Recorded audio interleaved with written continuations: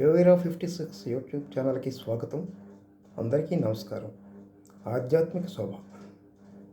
మనం ప్రతిరోజు చాలామంది రామాయణం, మహాభారతం, భాగవతం పారాయణాలు చేస్తారు. అదేవిధంగా భగవద్గీతను కూడా చదువుతారు. సుందరాకాండ పారాయణం చేస్తారు. కొంతమంది వారం రోజులు, కొంతమంది 21 రోజులు, కొంతమంది 40 రోజులు, 45 రోజులు ఈ విధంగా పారాయణాలు చేస్తారు. పారాయణం చేసినంత మాత్రాన పుణ్యం దక్కదు. పారాయణం చేసినంత మాత్రాన పుణ్యం దక్కదు. ఆ పారాయణంలో ఉన్నటువంటి విశిష్టతను తెలుసుకొని దాన్ని మనం ఆచరిస్తేనే పుణ్యం దక్కుతుంది.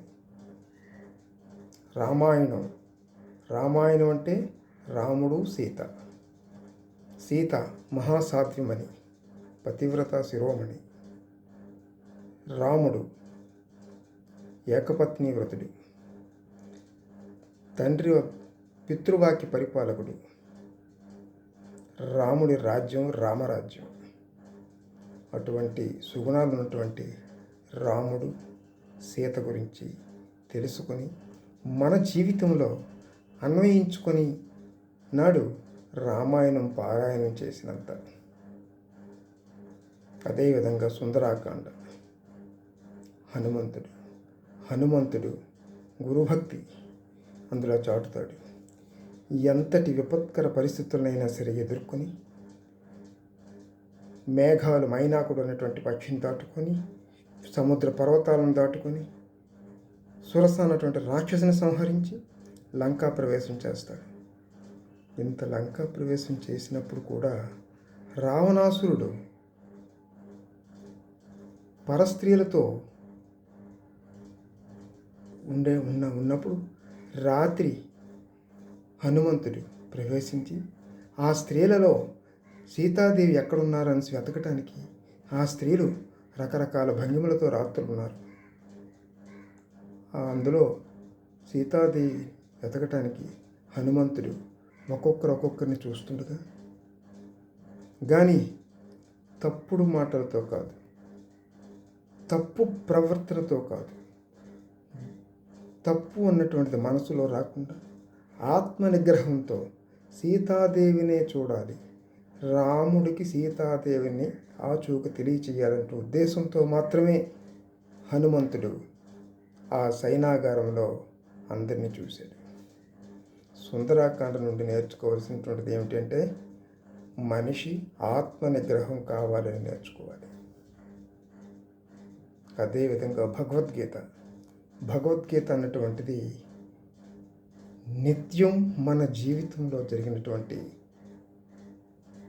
విషయాలే భగవద్గీత ప్రత్యేకంగా ఏమీ లేదు.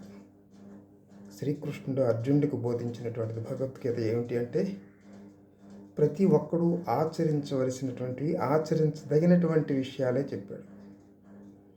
భగవద్గీతలో ఎన్ని అధ్యాయాలు ఉన్నాయి, ఎంత చదివాము, ఎంత పారాయణం చేసామనేటువంటిది ముఖ్యం కాదు.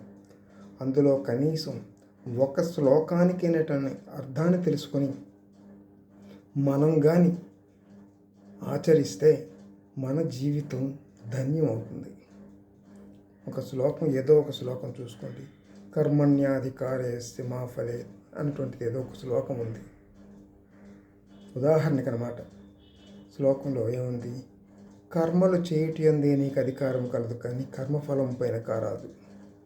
అట్లని కర్మలను చేయకుండా మానరాదు. కాబట్టి నువ్వు ఏదైతే చేస్తావో, నేను ఫలానా వారికి హెల్ప్ చేశాను కాబట్టి నాకేం వస్తుంది అన్నటువంటిది ఆశించకూడదు. నువ్వు చేయటమే నీ ధర్మం, కానీ కర్మఫలం మీద ఆశ పెట్టుకోకూడదు. కాబట్టి మనం మంచి చేస్తే మంచే వస్తుంది, చెడు చేస్తే చెడు వస్తుంది. కాబట్టి ఇటువంటివి రామాయణం కానీ, భారతం కానీ, భగవద్గీత కానీ, భాగవతం కానీ, ఇంకా ఏవైనా సరే పురాణాలు, ఇతిహాసాలు చదివేటప్పుడు చదవటం కాదు, పారాయణం కాదు ముఖ్యం. అందులో ఉన్నటువంటి విశేషాల్ని తెలుసుకొని మన జీవితంలో మన జీవితానికి అన్వయించుకొని అది పాటించినాడు జీవితం పరమార్థం పారాయణం చేసినంత. రామాయణ మహాభారత గాథలన్నీ మన జీవితాన్ని నడిపించడానికి మార్గదర్శకాలుగా ఉన్నాయి.